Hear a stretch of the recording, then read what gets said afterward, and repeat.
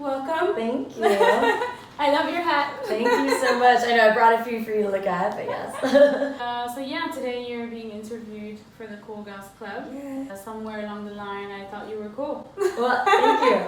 So I'm glad to be part of your Cool Girls Club. So tell me a little bit about yourself and this beautiful hat company that you've started. I am a travel photojournalist, and I've been living in Los Angeles for about 20 years now. And I just recently started Andeana Hats, which is this company, and they're all handmade alpaca wool hats with woven alpaca wool and tension bands. And they're all made in the Sacred Valley of Peru by the amazing Quechuan indigenous women that live there. And I've always been obsessed with hats. Like, I've been called the Indiana Jones of travel photography. So you do look like Indiana Jones. Yeah, the hat company is basically my recent project that's helping to empower the women and also give them like a global marketplace to sell their goods and create a sustainable income. Also, it's been a group of artisans that I've been photographing for years through National Geographic's catalog. So I've been working as a journalist, photojournalist for National Geographic's artisan catalog for about 10 years, and that was how I came across these artisans and started working with them. So you met them through your photography. Yeah. So what made you decide when you saw them that, you know what, I'm gonna create a hat company?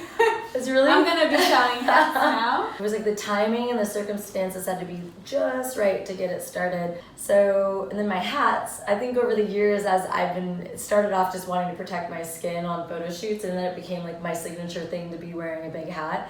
I was on a hike with my now business partner, Pat, so we were hiking through the Rainbow Mountains in Peru to the highest altitude lodge in the world, and I was actually getting paid to photograph the lodge, and we were just dying. I mean, the altitude is very, very high, like over 5,000 meters. You know, we're on oxygen tanks, and I'm just like surviving to like get to like, you know, we have like a llama portering all of our bags and stuff.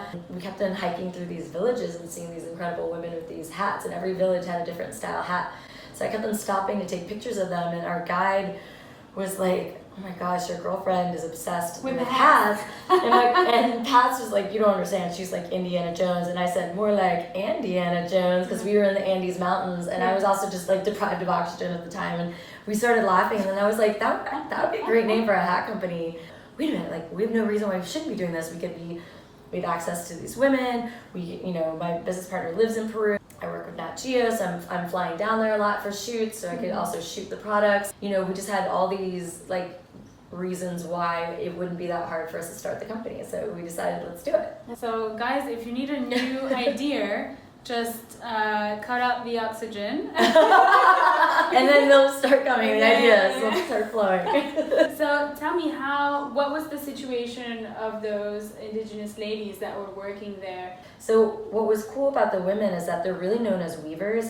They all make their own hats, but they're not hat makers per se. The women, we're having two different communities of women that are working together to put together the hat. Because like never before had they put together their weavings really with the hat quite like this. They were either weaving tapestries or they weave these long cintas, these like belts, and then they just tie them so they have like the long strings. They weren't doing just regular hat bands quite like this. Okay. So you asked them to come up with something that you could put on the hat. Yeah. What difference, I guess, are you making? As it has been going on for hundreds of years, they just stay at home and feed the llamas and take care of the children, and they're not really getting educated. They don't really have health care.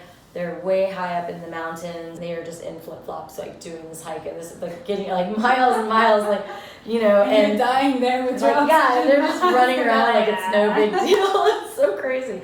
In general, they just don't really have that much access to the outside world. So their husbands were working jobs like being a guide at Machu Picchu. Okay. So what we're doing is we're basically coming to them, giving them a business, and they're staying at home and weaving, doing everything they do. Then we collect it, we bring it, we sell it, we pay them first. So we're actually starting like an entrepreneurial business with them. It's not a charity. It's not like, 5% of the proceeds go to the women. We are actually paying them directly for what they're doing first, and then we, market, upsell, all that stuff on our end and ship it to Los Angeles. Just in the 8 months that we've started the business, the women are making like 20 times what their husbands are making. The husbands have now quit their jobs and are staying home. No, because the women are the weavers. They are literally the llamas. Like we're just basically you know, paying them for their hours of labor of weaving that they weren't ever getting paid for. And we're bringing it to a global marketplace. So now their daughters, who some of them like still dressed in the traditional outfits but have cell phones, are like, well, we want to be weavers like our mom. Because they see a future in it. So if there's a future and a way to make money, then the traditional continue on. And so that's the whole thing with National Geographic's artisan catalog, is that they're trying to support these vanishing arts and crafts. So it gives their family and future generations like a reason to want to continue it, you know? While trying to empower these women and giving them a better financial stability and all that, have you tried to fix a problem and without really wanting created another problem? Yeah, I think we got so excited about starting the business, like the story and the women themselves and everything has been so popular that everyone like wants a hat. So all of a sudden we had almost like a too busy problem, because they're not factory workers, and like they have the full like freedom to choose their hours. Like they'll still do their household chores and blah blah blah, and then they'll like get to weaving when they can. And so it's very hard to have a very specific deadline. If like Harrods or something came in and was like, we want 2,000 of these hats, like this would be amazing. You would think that would be a great thing, but it would actually be really stressful. Like, we can't grow faster than they can produce, unless we hired a bunch more communities, but then that would create a whole new set of issues, because we'd have to have quality control, and we have to make sure the weavings are exactly the same. We have to teach them again exactly how to do the sizes, and then have someone go to that village and start that whole connection with those women. So it's actually almost a problem to grow too big too fast. Like, it's possible, but the idea is like these women don't need to be stressed out. They don't like need, up until recently, a lot of them haven't even dealt with money and currency. They've just lived off the land and weave and do what they want. It's benefiting them in a way where it's giving them more opportunities for their children and for healthcare, and for even just like giving them self-confidence and putting a value onto their art and what they're doing. But you don't want it to be overwhelming. But it can be, once it becomes overwhelming, then it's defeating the entire purpose of like helping these women. And I'm not helping them, you know? I'm not starting a hat business to become a millionaire hat maker. You love it. Yeah, and it was more about the story of like sharing what these women do with the world, and giving them and helping them, but doing it in a way that's really fun for everyone involved. When it's not fun for someone, then it's like, what's the point? So how do you make sure that things are ethical? Ethical is like we place an order, and somebody has to hike up to the village and place the order, and like collect it and hike back down. That's amazing. And so everything's handmade. There's an order. It's like that. And we also limit our interactions with the village in terms of like we don't make it where every day people are hiking their village. So there's specific days of the week, like 2 days out of the week, that we can do a tour, or that we can hike up there to do orders. So it's not like just bombarding them. If the order's not ready, the order's not ready. So that's like one of our big things, is that we don't want to disrupt their life. If I were to buy a hat, it's because I know that it's handmade and it takes time and it's done with care and love. And it's very special. It's not. It is. It takes about 2 weeks for one of the hats to be fully made, and even in the winter months, it's more humid, so it takes longer for the hats to dry. So we have to take that into account, and there's things like that. I mean, I guess to talk about ethical, like, you know, they're not killing or hurting llamas. These are their pets that they love and take care of, and they're just, you know, shearing them and making it into like alpaca wool kind of felt, and then shaping it in a hat. And it's really interesting, like, to see how they crush this like dried worm up to make the red. But we don't do any synthetic colors. We do all just the natural dye. So most of our hats are very earthy toned. You're very cool. Thank you. Thank you. It's really cool. Thank you. What else are you doing? Because you seem to be doing a lot of things. Yeah, I'm working, I do art pieces for these hospital clinics that are opening up all over California. So every time they open a new clinic, I have to shoot themed artwork to the area where it's opening up, and kind of like funky pop art style. So that's been really fun. I do travel writing. It's actually how I met my boyfriend on a press trip, and he's a travel writer. So I love having the visual side and the written side to tell a story. It's like more powerful when you can combine the two. So I really enjoyed that. Yeah, I mean, the hat business for me, like, the hats are like a vehicle to do all the things that I love to do, right? So I love Peru. It's like my favorite place on the planet.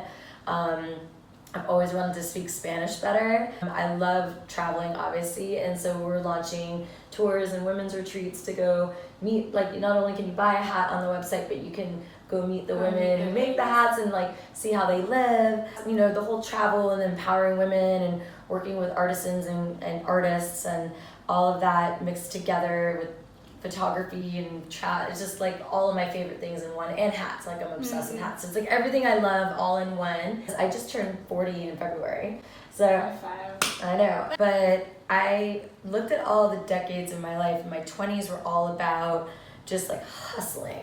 You know, I'm scraping by and I'm just like hustling and trying to create jobs, and I didn't really know which direction my photography was gonna go. And then my 30s was all about kind of becoming like a boss lady. I have my photography business. How do I make it like the most successful, amazing? How do I create the lifestyle I want to have? Like, you know, that was like my 30s. As I was turning 40, I was sitting here thinking like, what do I want to do? What are my 40s going to be about? Intention came to me. This is before the intention bans happened. I want to still travel. Like, I now have this voice. I'm a photographer, I'm a writer. I like access to social media and a following or whatever. Like, I could be doing all the things I'm doing, but with more purpose and more intention, and I could be traveling to specific places that I want to help, or creating a trip in a way that can give back to something bigger than me.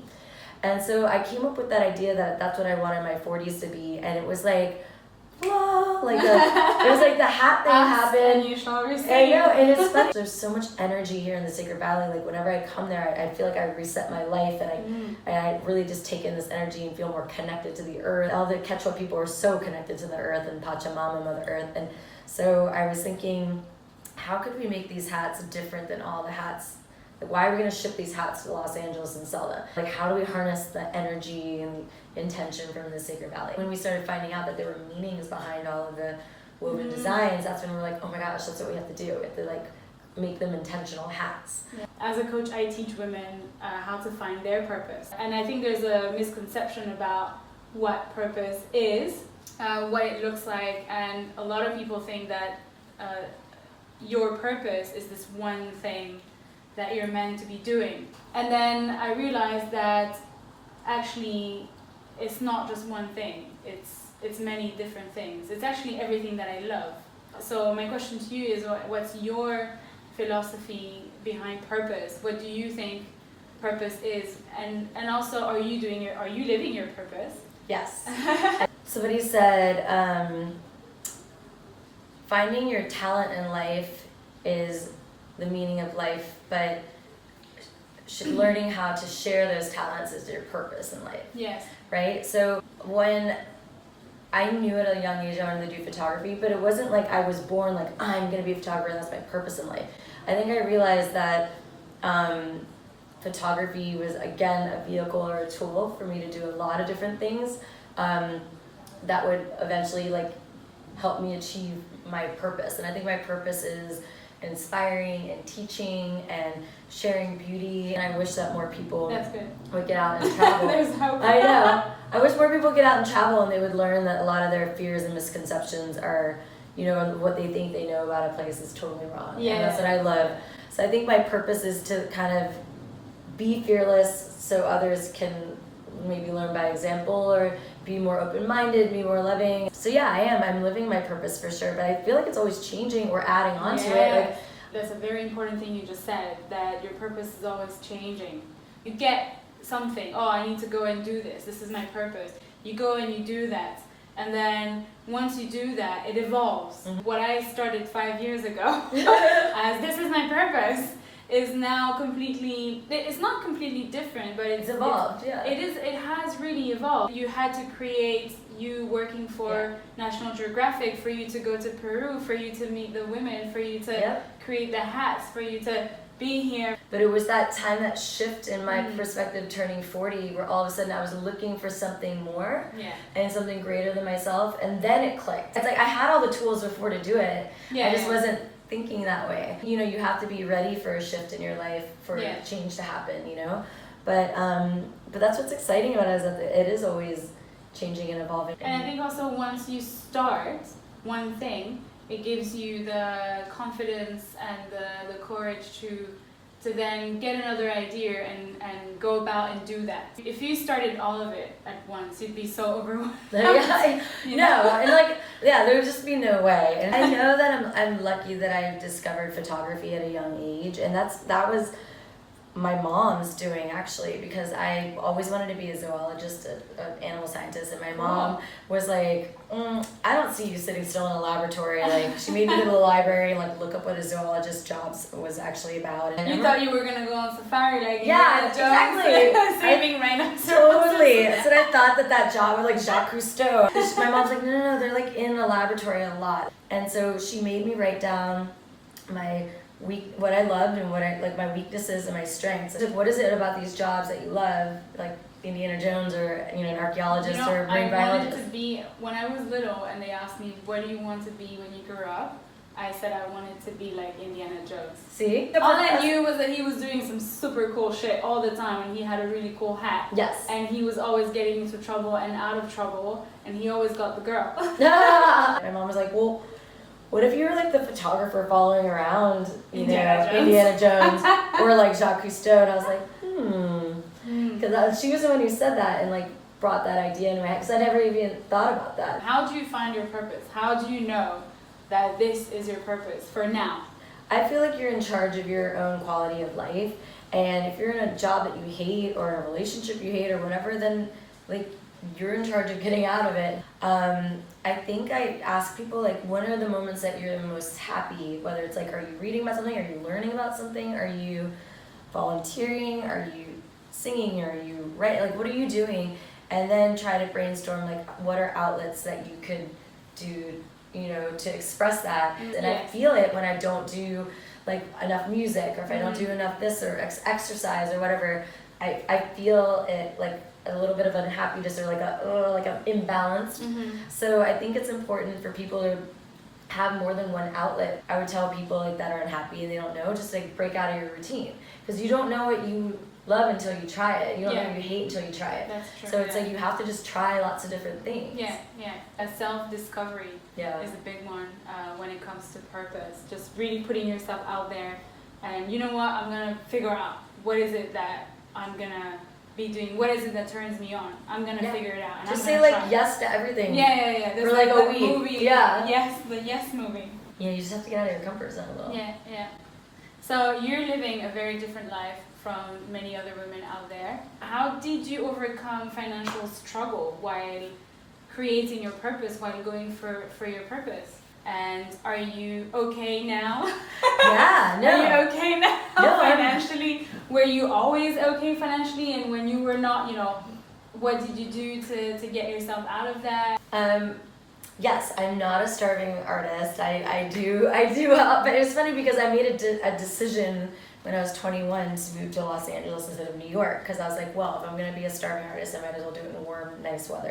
And I had no money. I didn't even have enough gas money to make it from Virginia to Los Angeles. I had to sell my violin at a pawn shop for gas money to make it to LA, and I was living out of my car for the first few weeks I was there, and I was like saving silverware from fast food places and rewashing it, and like I had boxes as my table in my apartment, and I didn't have a bed. I was like sleeping on towels until I could afford a mattress. Like I was like at that, in the beginning, like at that point.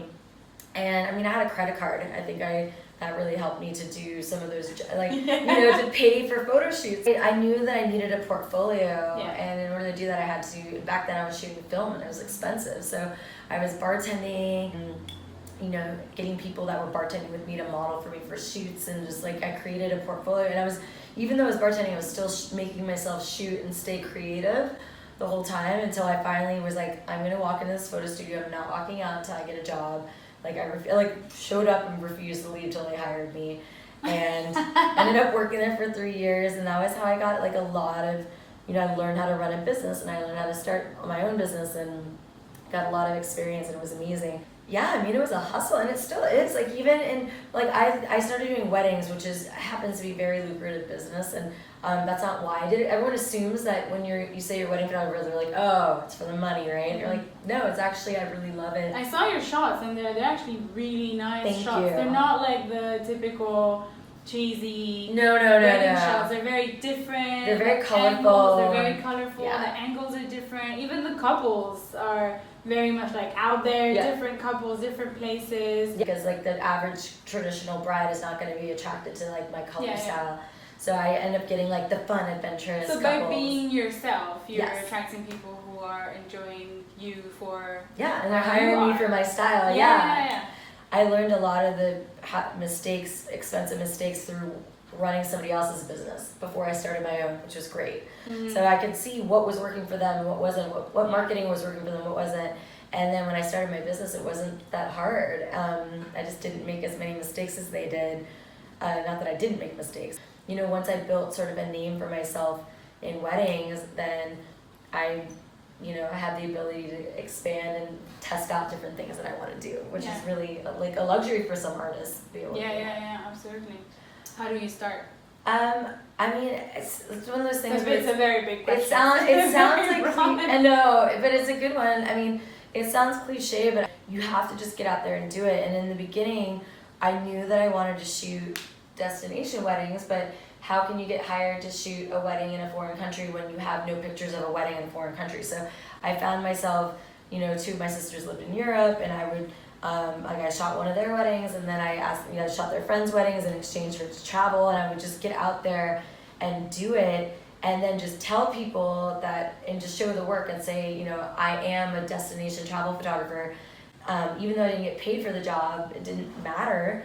And so people just saw that I was out there doing it, and then they started hiring me for their weddings. Not fake it till you make it, but because I was actually doing it, but it's like, you just have to start somewhere, and people don't need to know whether you're getting paid or not for a job. Like if you, as like a therapist or a coach, like you had to just coach someone first before you could say I'm a coach and then be able to tell other people. So it's like, you just have to start somewhere. So I think a lot of people have like this fear, like I'm gonna fail, or how do I do this and make money, and there's a lot of like free tools and things that you can do now to pursue a passion or a business without even spending that much money. Like back when I started, this is like before websites and like social media. So I was like, how do I get clients? Like, is word of mouth like your best way of getting clients? Oh, totally. But I also, because I shoot events all the time, I'm like meeting hundreds of people on a weekly basis that then see my work and connect me to the next person. So it's a snowball effect,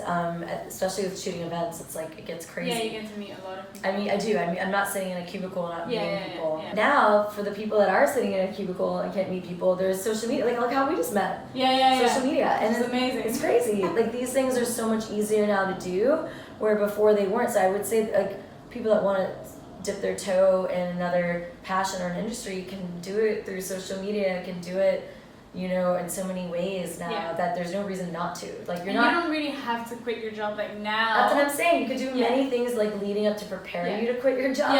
But like, you can, start a website, or I always say, like, write down your 5 goals, like your to-do list, and then do something every day towards each of those 5 things. It could be just researching for 20 minutes, or like an email, or just talking to somebody about an idea you have, or if you put it into action, it will happen. Like the energy will flow. So it's like, I've had jobs come to me just because I said something out loud. Like, I was like in the bathroom in line with someone, and I was like, God, I've always wanted to go to Lake Como.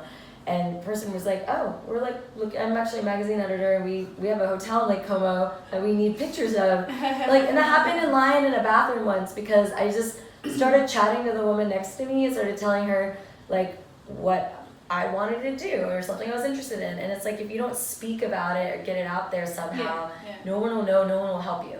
Write it down, start putting it into energetic action, and to not be afraid. There's like many things you can do that are free and not that time consuming to get started. Last question. Okay. What is for you a cool girl? Who is a cool girl? And what does it take to be one?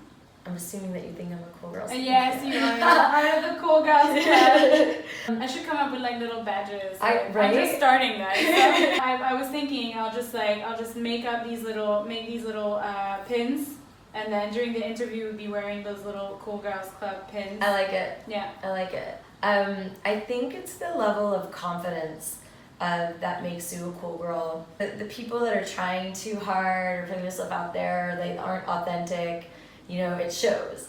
And I think when you're really passionate about something, that really shows too. And I think people that are out there doing what they want and not caring what other people say or think, and they're doing it because they believe in it or they love it so much, those are the people that shine and that are just, you know, are happier and have this confidence about them because they're doing what they want. And I think that that's like the true definition of a cool girl or a cool person in general, is like someone that's really just like out there doing it and doing something that makes them happy and not living by the rules. Great, thank you so much. It's been amazing to have Thank you. you for having me. A live hug. Oh, I know, and like I seriously, you guys, you have to see some of these hats. I brought a couple to show the styles. On my head is the Western style hat, but then we have the fedora style. We have the bucket style hats. Very nice. This is our newest one. There's only 4 in creation, which is the Andeana. So it's like a super tall kind of Peruvian style fedora. I like that. That's nice. Because the Peruvian hats are like Pharrell, they're like extra really, tall. Why do they do that? Is there a specific? Oh no, they just like exaggerate all the Spaniard styles, which is really awesome. And then I didn't bring the Spanish style hat, but we have like the flat bolera style, and then we have also this is like the floppy style hat.